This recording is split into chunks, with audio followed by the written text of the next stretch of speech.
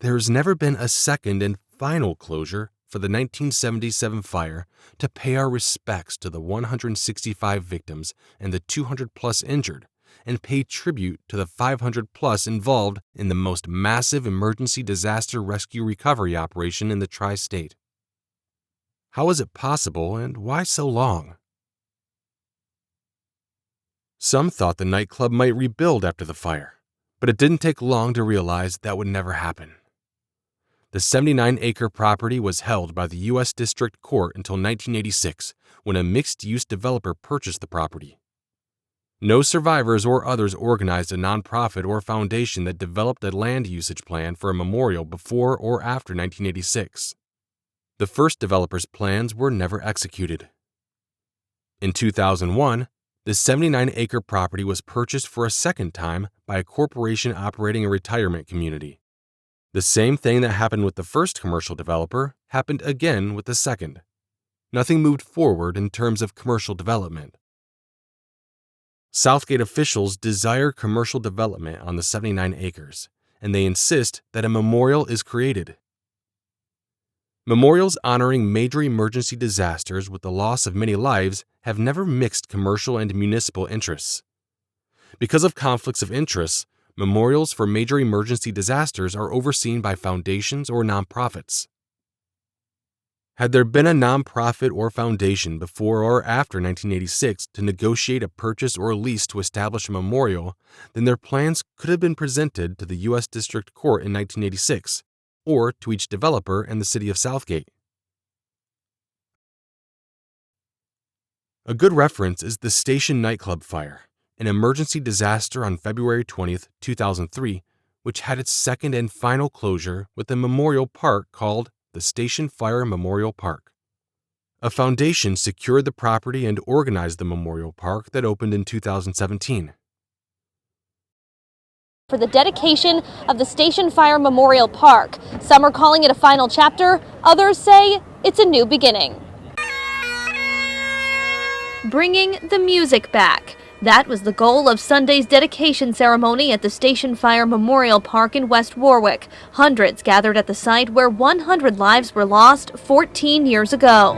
Jason Morton, 38. Local students raised single red roses as each victim's name was read aloud. The families and friends of those victims and the survivors of that terrible night coming together to dedicate the park that was 14 years and millions of dollars in the making. Long after all of us are gone, this site will educate and inspire future generations of Rhode Islanders, keep the memories of the victims alive, provide cautionary lessons that could help save lives in the future, honor the heroism of everyday Rhode Islanders who did incredible things to help their brothers and sisters. Treasurer Seth Magaziner, one of many local dignitaries to take to the podium, reflecting on the lives lost and others that were forever changed. Oh, this is never the final chapter. This is a new beginning. Jody King lost his brother Tracy in the fire. For David Kane, it was his son, Nicholas O'Neill, the fire's youngest victim. Now his name forever memorialized with the 99 others. And I'm really thrilled with it. And I think it's going to bring a lot of solace to people. Go on and trust yourself. Singer Billy Gilman sung about heroes, those who gave and risked their lives to save others, those who sacrificed, those who survived. On Sunday, hundreds gathered at the scene of the tragedy, now transformed into a lasting tribute. Beautiful archway entrance to the Station Fire Memorial Park.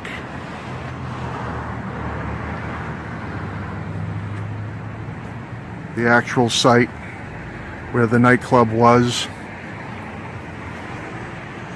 and where that terrible tragedy happened on February 20th, 2003.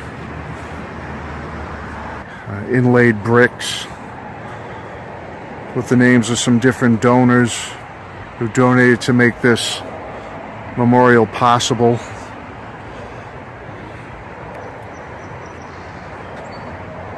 You're not going to be able to read this, but this is the plaque which has the names of those who lost their lives on that night of February 20th, 2003.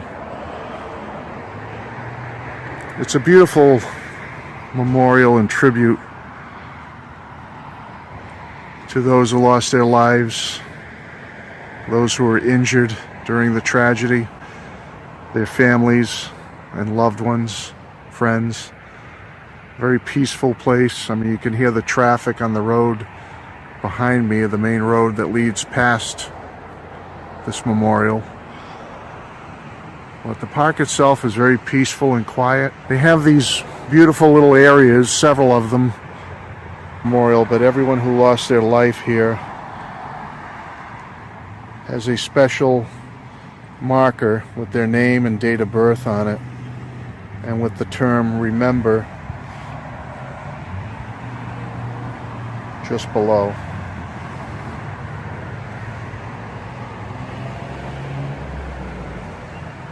And a photo of them, which I think is very touching, that they included photos. I'm just going to walk around at this point, maybe make a few comments here and there, but it's definitely a place to pay homage and remember all the beautiful people who were injured and died during that tragedy.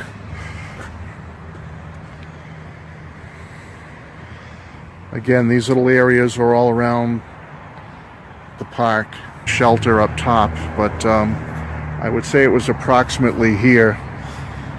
Another donation memorial. People have placed some different memorials around here to their loved ones.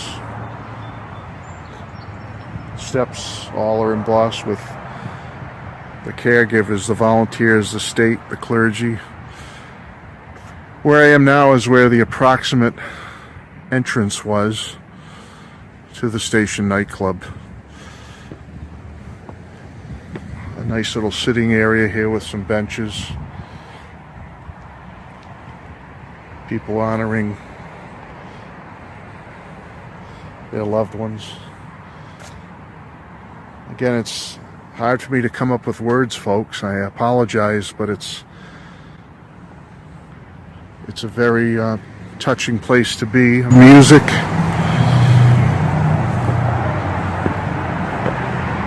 They came out that night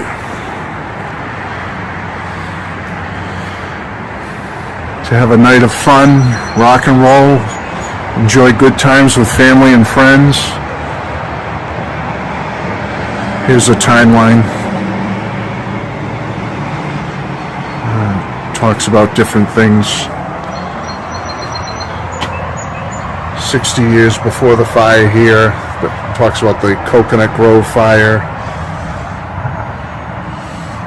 35 years before, 33 years before. It's just what it was here, what this place represented.